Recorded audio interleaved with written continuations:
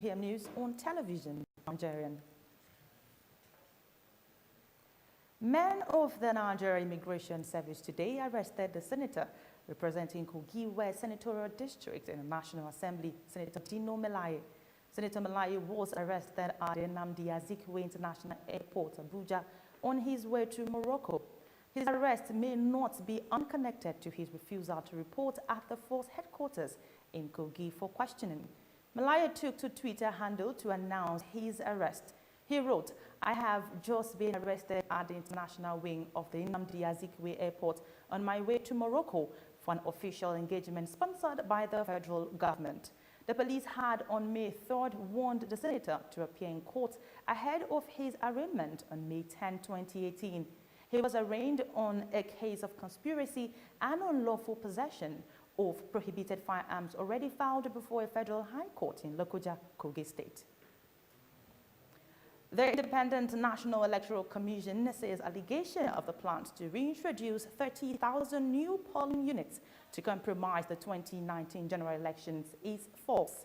INEC, in a statement, described the allegation as misleading, adding that it should be disregarded by members of the public. The statement, which was signed by the Chief Press Secretary to INEC Chairman Rotimi Onyekami, explained that contrary to the report, it directed its resident electoral commissioners to assess and provide it with information on new settlements that are not served. This is said in response to overwhelming requests it received. Onyekami in the statement said these reports are still being awaited from the state.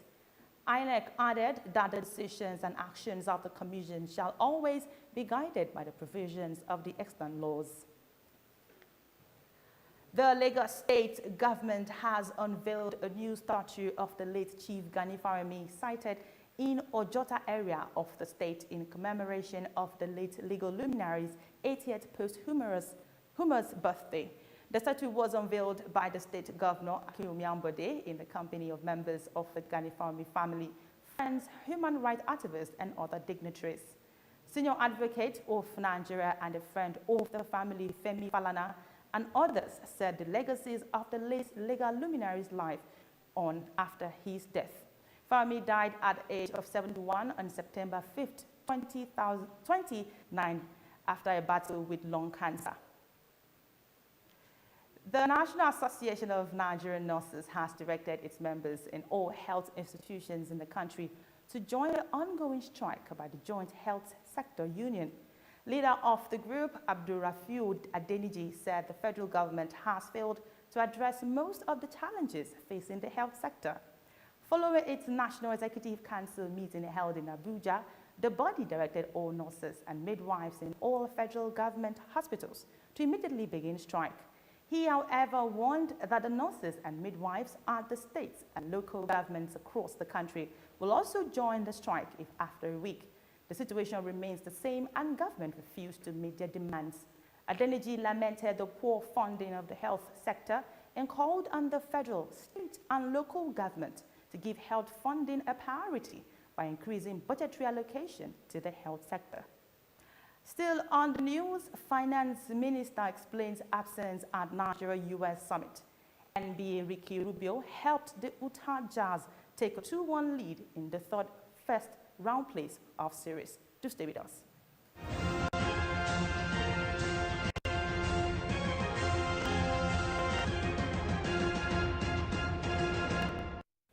Welcome to Living Treasures Academy.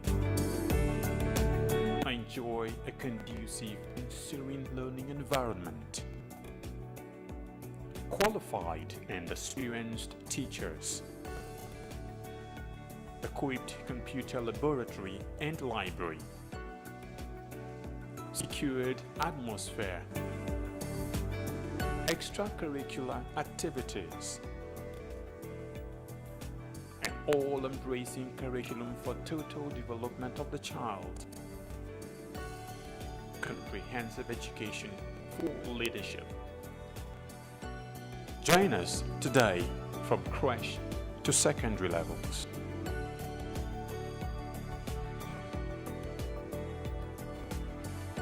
Living Treasures Academy, committed to excellence.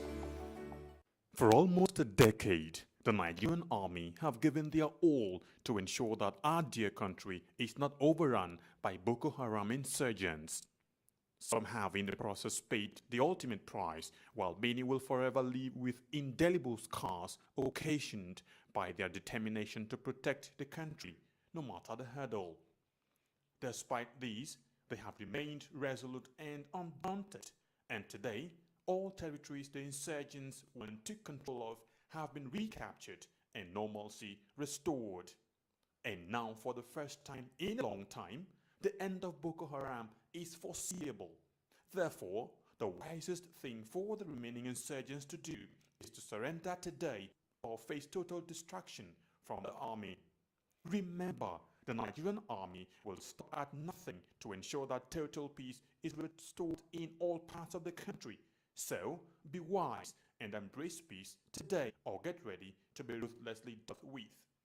This message is brought to you by the Coalition on Conflict Resolution and Human Rights in Nigeria.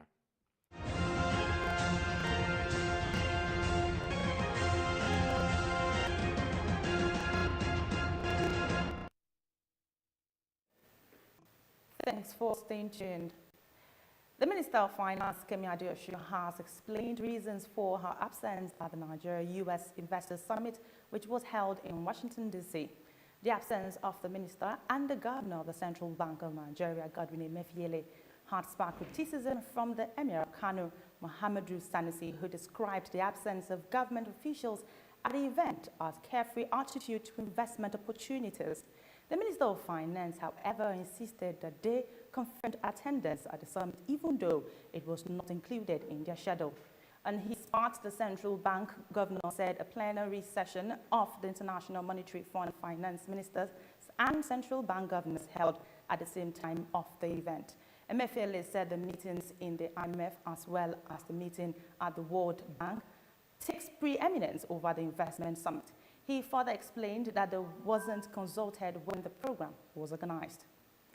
Moving on to sports, Ricky Rubio helped the Utah Jazz take a 2-1 lead in their NBA first round playoff series against Oklahoma Thunder.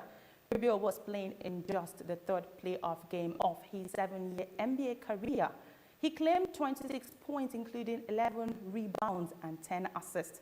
Alongside the scintillating Rubio, John Eagle also took 21 points as the Jazz extended their lead further in the fourth quarter. Donovan Mitchell helped put the finishing touches, an impressive victory for Utah. Russell Westbrook took 11 rebounds and 9 assists for Oklahoma. The Jazz will be full of confidence heading into today's game 4 with their 2-1 lead. And in cricket, South Africa has announced their home schedule for the 2018-2019 season that will see tours by Pakistan, Sri Lanka and Zimbabwe. Emphasis on one-day internationals ahead of the World Cup next year.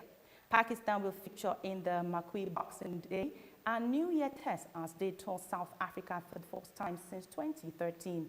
The first test will be played in Pretoria from December 26th to 30th before matches in Cape Town and Johannesburg. The side will also clash in 5 bodies and 3 20 internationals that will follow the test series.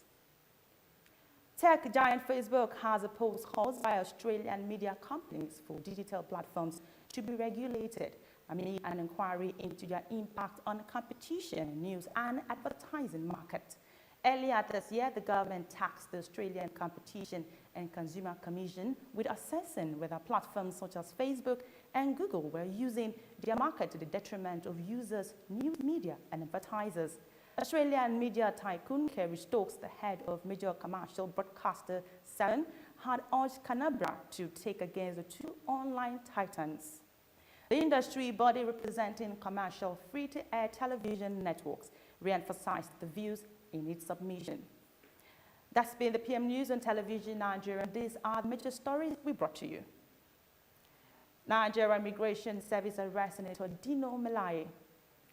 Independent National Electoral Commission denies plot to undermine 2019 elections. Lagos government unveils statue of Gani Farami.